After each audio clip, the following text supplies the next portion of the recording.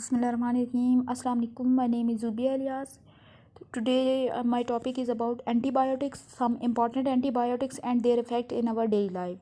Means आज मैं आपको बताऊंगी कि एंटीबायोटिक्स मेन हैं क्या, उनकी हमारी डेली लाइफ में क्या यूजेस हैं, उनकी क्लासिफिकेशंस किस बेसिस पे हुई और कुछ इंपॉर्टेंट एंटीबायोटिक्स की स्ट्रक्चर को भी हम स्टडी करेंगे। तो सबसे पहले एंटीबायोटिक्स का जो है कॉन्सेप्ट है वो डिस्कवरी ऑफ पेंसिलिन इन 1940 के बाद आया कि पेंसिलिन जो है वो एक मेडिसिनल प्रिपरेशन थी वर्ड के लिए। तो एंटीबायोटिक की डेफिनेशन ये है कि drug derived from living matter और micro organism which either prevent the growth of other micro organism और डिस्ट्रॉय देम। एक ऐसी ड्रग जो हमें लिविंग मैटर से मिली थी, लिविंग माइक्रो ऑर्गेनिज्म से, और उसने किल करना है हार्मफुल लिविंग ग्रोथ को, हार्मफुल माइक्रो ऑर्गेनिजम्स को जो कि हमारे लिए हार्मफुल है। तो उसको हम कहते हैं एंटीबायोटिक्स। एंटीबायोटिक्स को ऑब्टेन किया जाता है from micro organism such as fungi, actinomycetes, bacteria वगैरह से। तो क्लासिफिकेशन है तो पॉइंट 1 में यही बात है कि 6000 स्पीशीज़ हैं, सब्सटेंसेस हैं जिनको क्लासिफाई करना बहुत मुश्किल था, जिनको हैंडल करना बहुत मुश्किल था। तो उसके लिए 2 बेसिस बना दी गई। मेन जो है सबसे बायोलॉजिकल एक्शन है, देन केमिकल स्ट्रक्चर है। यानी कि हम एंटीबायोटिक्स को 2 तरह से क्लासिफाई कर सकते हैं, एक बायोलॉजिकल एक्शन की बेस पे और एक उसकी केमिकल स्ट्रक्चर की बेस पे। तो पहली जो उसकी क्लासिफिकेशन है जिसके बारे में आज हम देखेंगे कि वो है केमिकल स्ट्रक्चर। मींस एक एंटीबायोटिक की केमिकल स्ट्रक्चर दूसरी एंटीबायोटिक से डिफरेंट है, इस वजह से उसका बायोलॉजिकल एक्शन भी एक एंटीबायोटिक का दूसरी एंटीबायोटिक से डिफरेंट है। तो इसकी हम इंपॉर्टेंट जो क्लासेस हैं वो सबसे पहले है a cyclic structure, tetracyclines, aromatic antibiotics, heterocyclic antibiotics, macrolides, oligomycins, aminoglycosides, nitrogen containing heterocyclic compounds, actinomycins and polypeptides. ठीक है, तो ये हमारी कुछ क्लासिफिकेशंस है जो कि केमिकल स्ट्रक्चर की बेस पे है। देन हमारे पास है एंटीबायोटिक की कुछ कंडीशंस जिनको एंटीबायोटिक्स ने सेटिस्फाइड करना है। अगर तो एंटीबायोटिक इन कंडीशंस को सेटिस्फाइड करने पे फेल है तो इसका मतलब है कि वो एंटीबायोटिक के कोई साइड इफ़ेक्ट्स या हार्मफुल इफ़ेक्ट्स होंगे। लेकिन अगर जो है एंटीबायोटिक एक हम प्रिपेयर कर रहे हैं तो उसने इन कंडीशंस को सेटिस्फाइड करना है। फॉर एग्जांपल पहली है इसकी, it should be effective at low concentration, थोड़ी सी मिकदार है लेकिन बहुत इफेक्टिव होनी चाहिए। और इट शुड एंटागोनाइज ग्रोथ और किल वन और more species of the micro organism. इसके अंदर इतनी पावर होनी चाहिए कि जो हार्मफुल माइक्रो ऑर्गेनिजम्स हैं उनकी स्पीशीज़ को ये किल कर सके या उसकी ग्रोथ को स्टॉप कर सके। It should not have significant toxic side effect, कोई साइड इफेक्ट नहीं होना चाहिए। It must be effective against a pathogen, तो जो भी डिजीज़ कॉजिंग एजेंट हैं हमारे पास, पैथोजेंस हैं, उनके अगेंस्ट इसके अंदर इतनी पावर होनी चाहिए कि वो उनको स्टॉप कर सके। It should be stored for long time without appreciable loss of its activity, तो हम इसको, इसके अंदर ये पावर होनी चाहिए कि हम इसको स्टोर कर सकें फॉर लॉन्ग टाइम। और इसके अंदर अगर हम इसको स्टोर करें तो आफ्टर लॉन्ग टाइम इसकी जो एक्टिविटी है वो स्टॉप ना हो। The antibiotic should be completely eliminated from the body after it's administration has been stopped. तो एंटीबायोटिक के अंदर ये पावर भी होनी चाहिए कि बॉडी के अंदर यूजेज के बाद हम इसको एलिमिनेट भी कर सकें। It should be highly stable, तो ये हाईली स्टेबल होनी चाहिए और यानी कि हम इसकी ख़ास डोजेज की फॉर्म में हम इसको स्टोर कर सकें, ये किसी और चीज़ से रिएक्ट ना करे, यानी ये स्टेबल होनी चाहिए। और ये it can be isolated means ये हम इसको सेपरेटली आइसोलेट करके स्टोर करके रख सकें। तो सबसे पहली जो एंटीबायोटिक थी वो थी penicillin. Penicillin was discovered by Alexander Fleming in 1920। बहुत इंपॉर्टेंट थी, first extracted from mould of penicillium notatum. ठीक है, तो इसकी एक्सट्रैक्शन बताई हुई है कि पेंसिलियम नोटेटम से मिली। पेंसिलिन को सबसे पहले स्टडी क्यों किया जाता है और इसको मोस्ट इम्पॉर्टेंट क्यों कहा जाता है, क्योंकि एक इंसान की बॉडी के अंदर पेंसिलिन की अगर ज़्यादा मिकदार भी चली जाए तो वो नॉन टॉक्सिक है। तो ये इस लिहाज से बहुत इंपॉर्टेंट है। Penicillin is generally produce from a culture medium of corn steep, liquor, lactose वगैरह से एंड इनऑर्गेनिक सॉल्ट से ये हमें एक्सट्रैक्ट हम इसको कर सकते हैं। तो यही बात अभी मैंने एक्सप्लेन की कि पेंसिलिन को जो है वो टिश्यू सेल वाल के साथ ये एक्सट्रैक्ट नहीं, इंटरफेयर नहीं करती, और एनिमल्स की या ह्यूमन की बॉडी में इसकी बड़ी या ज़्यादा मिकदार भी नॉन टॉक्सिक है। कुछ इसके यूजेस हैं थेरेप्यूटिक्स। तो पहला जो है it is very effective against, कुछ ये बीमारियां हैं जिनके अगेंस्ट जो है ये इम्पॉर्टेंट है, जैसे नमूनिया है, न्यूमोकोकल इन्फेक्शंस है, नमूनिया है, स्ट्रेप्टोकोकल स्टेफोलोकोकल इन्फेक्शंस है, यानी कि हमारे गले से रिलेटेड डिजीज़ के लिए पेनिसिलिन इंपॉर्टेंट है। मेनेंजियोकोकल है, venereal disease such as gonorrhoea, actinomycosis. Then है rheumatic infections, the antibiotic can be use topically, orally और पेरेटेरली, यानी कि हम इसको या तो ओरली भी ले सकते हैं या किसी और मेथड से भी ले सकते हैं। Penicillin is reasonably safe drug, but sometimes it can produce some adverse reactions such as nausea, vomiting, anaphylaxis, allergic reactions। ये अब इसके कुछ साइड इफ़ेक्ट्स भी हैं। For example body to body ये साइड इफ़ेक्ट्स जो हैं वो चेंज होते रहते हैं। समटाइम एलर्जिक रिएक्शंस हो सकते हैं। मीन्स अगर एक इंसान में इतनी पावर है कि वो पेनिसिलिन को कर सकता है अपने अंदर एब्जॉर्ब, तो दूसरे इंसान में हो सकता है ये पावर ना हो, तो इसके भी कुछ साइड इफ़ेक्ट्स हैं। फिर स्ट्रक्चर है, दो तरह के इसके स्ट्रक्चर रिंग्स हैं, एक है बीटा लैक्टम और दूसरा है थायाजोलिडाइन रिंग। ठीक है, तो जनरल स्ट्रक्चर है ये पेनिसिलिन का। बीटा लैक्टम दो तरह की रिंग्स हैं और देन हमारे पास एसाइल साइड चेन है और यहाँ पे कार्बोक्सिलिक एसिड का ग्रुप भी लगा हुआ है। टेट्रासाइक्लाइन है second antibiotic. These antibiotic have the broadcast antibacterial spectrum of all. अब ये टेट्रासाइक्लाइन भी पेनिसिलिन की तरह बहुत इंपॉर्टेंट है, क्योंकि ये भी डेली लाइफ में डेली लिविंग ह्यूमन बीइंग के लिए भी इंपॉर्टेंट है और लिविंग थिंग्स के लिए भी। These are obtain from a new species of actinomyces name streptomyces aureofaciens. ठीक है, स्ट्रेप्टोमाइकस यूरोफिशंस से ये हमें ऑब्टेन की जाती है, ये आराम से वहाँ से एक्सट्रैक्ट की जा सकती है। Structure of terramycin was the first of this group to be elucidated. The molecular formula, अब हमें इसका मॉलिक्यूलर फार्मूला, टेट्रासाइक्लाइन से ही एक मेडिसिन तैयार की गई टेट्रामाइसिन। टेट्रामाइसिन का फार्मूला है C22H24N2O9। All the tetracyclines are produced by actinomycetes assays of tetracycline, यानी कि माइक्रोबायोलॉजिकल मेथड से हमें किस तरह से तैयार की जाती है, डिफ्यूजन मेथड से।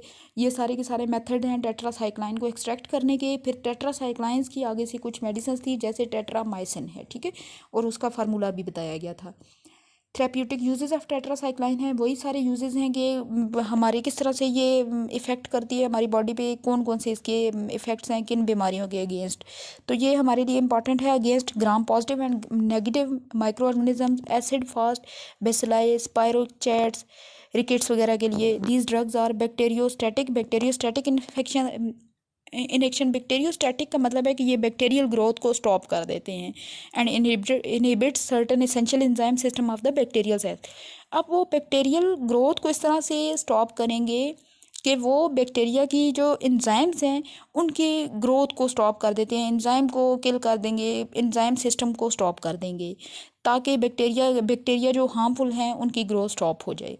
Protein synthesis by ribosome is immediately inhibited after the treatment of susceptible organism with tetracycline. अब अगर हम टेट्रासाइक्लाइन देते हैं तो उस ऑर्गेनिज्म के अंदर उसके जो बैक्टीरिया की प्रोटीन सिंथेसिस है बाय राइबोसोम वो स्टॉप हो जाती है, मतलब बैक्टीरियल प्रोटीन सिंथेसिस को स्टॉप करेगा। These drugs are mainly absorb from the duodenum and small intestine. ठीक है, तो ये एब्जॉर्प्शन का इसका मेथड है, ड्यूडिनम से और स्मॉल इंटेस्टाइन के ज़रिए से ये एब्जॉर्ब करवाई जाती है, एब्जॉर्ब की जाती है। टेट्रासाइक्लाइन का स्ट्रक्चर है, 4 रिंग्स हैं हमारे पास इसके अंदर, और सिंपल सा एक स्ट्रक्चर है, बेंजीन रिंग्स हैं इसके अंदर टेट्रासाइक्लाइंस के अंदर। देन हमारे पास है streptomycin. Streptomycin belongs to the important amino glycosidic group of antibiotics. ये भी इंपॉर्टेंट है, उसी तरह से वेरी इफेक्टिव है अगेंस्ट ग्राम नेगेटिव ऑर्गेनिजम्स पे के, और ये इसका स्ट्रक्चर जो है वो अमाइनो ग्लाइकोसाइडिक ग्रुप है। तो ये है जी इसका इंपॉर्टेंट रोल है in the treatment of TB वगैरह, tuberculosis. Streptomycin is produce by submerged cultures. ठीक है, तो ये अब सबमर्ज्ड कल्चर से हमें कल्चर मीडियम से, this culture medium contain protein material such as soybean meal, corn steep liquid, cotton seed meal और मेटा एक्सट्रैक्ट। अब ये एक कल्चर है जिसको कह रहे हैं सबमर्ज्ड कल्चर, जिसके अंदर प्रोटीन मटेरियल मौजूद है, सोयाबीन मील है, मेटा एक्सट्रैक्ट्स वगैरह मौजूद हैं। तो हमें वहाँ से ये स्ट्रेप्टोमाइसिन मेडिसन, स्ट्रेप्टोमाइसिन एंटीबायोटिक मिली है। The pure form of streptomycin is isolated as sulphate और crystalline double salt of calcium chloride.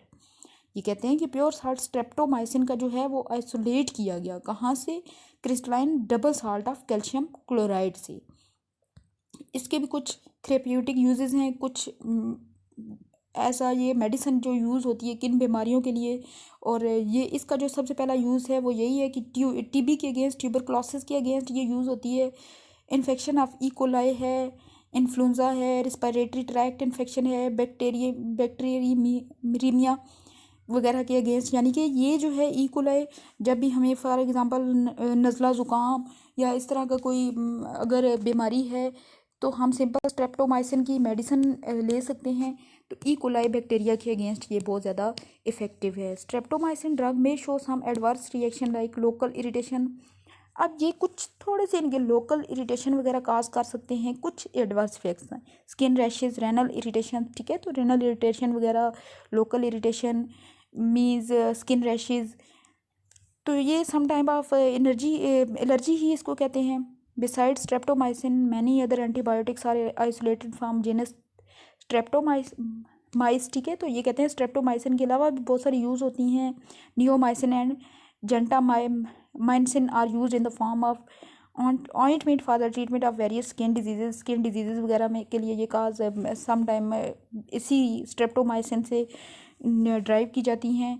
Neomycin and gentamicin वगैरह जो कि ऑइंटमेंट के तौर पे यूज़ होती हैं स्किन डिजीज़ के लिए। Macrolides then Woodwards gave the name of macrolides to those compounds obtained as antibacterial product of metabolism of various streptomycetes with weakly alkaline properties and high molecular weight। वुडवर्ड्स एक scientist था जिसने इनको नाम दिया macrolides का। अब इनकी प्रॉपर्टी ये है कि इनका मोलिकुलर वेट बहुत ज़्यादा है और इनके अंदर है वीकली अल्कलाइन प्रॉपर्टीज़, जिसकी वजह से इनको अलग से एक क्लास का नाम दिया गया।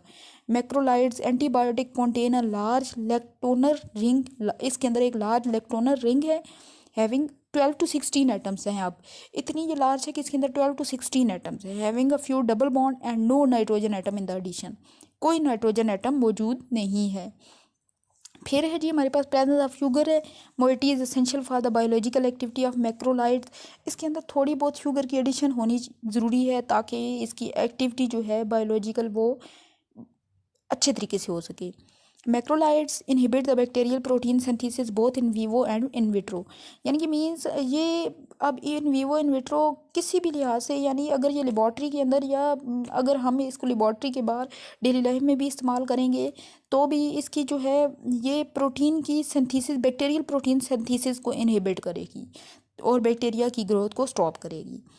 एरेथ्रोमाइसिन is a most important member of the macrolides antibiotic. एरेथ्रोमाइसिन के नाम से तो सभी तकरीबन वाकिफ़ हैं। तो ये एंटीबायोटिक है। इसकी क्लास कौन सी है, ये किस क्लास का है, मैक्रोलाइड्स का। देन है last one rifamycin. Rifamycin was isolated from the streptomyces by, एक एरा दिया हुआ है 1959 में। There are 5 types of rifamycin, namely A, B, C, D and E. Its most stable component is rapamycin B. Therapeutic uses हैं इसके, inhibit the growth of most gram positive bacteria such as E. coli या Escherichia coli and Bacilla. Rapamycin is used specially as an anti-staphylococcus drug. Rapamycin is well absorbed from the gastrointestinal tract and it block the biosynthesis of nucleic acid of the bacteria. वो यही बात है कि ये भी nucleic acid of bacteria की को block करेंगे, इसकी बायोसिंथेसिस को स्टॉप करेंगे और इस तरीके से ये बैक्टीरियल ग्रोथ को स्टॉप करेंगे। Rifamycin is mainly use for the treatment of tuberculosis. Tuberculosis की ट्रीटमेंट के लिए इंपॉर्टेंट है। It is also useful in the treatment of serious staphylococcus septicaemia, ठीक है। तो ये एक डिजीज़ है स्टेफिलोकोकल सेप्टिसीमिया, इसको ये इसके अगेंस्ट ये काम करेंगे। देन हमारे पास स्ट्रक्चर है रेफामाइसिन बी का स्ट्रक्चर है। रेफामाइसिन बी का स्ट्रक्चर भी वेरी कॉम्प्लिकेटेड है, यानी मींस जिस तरह की इनके काम है ग्रोथ ग्राम पॉजिटिव बैक्टीरिया की ग्रोथ को स्टॉप करेंगे और इकोलाई वगैरह को। हमारे पास और भी बहुत सारे एंटीबायोटिक्स हैं जिनको हम और डिटेल में भी पढ़ते हैं, लेकिन यहाँ पे मैंने रेफामाइसिन तक एक्सप्लेन किया है। Thank you.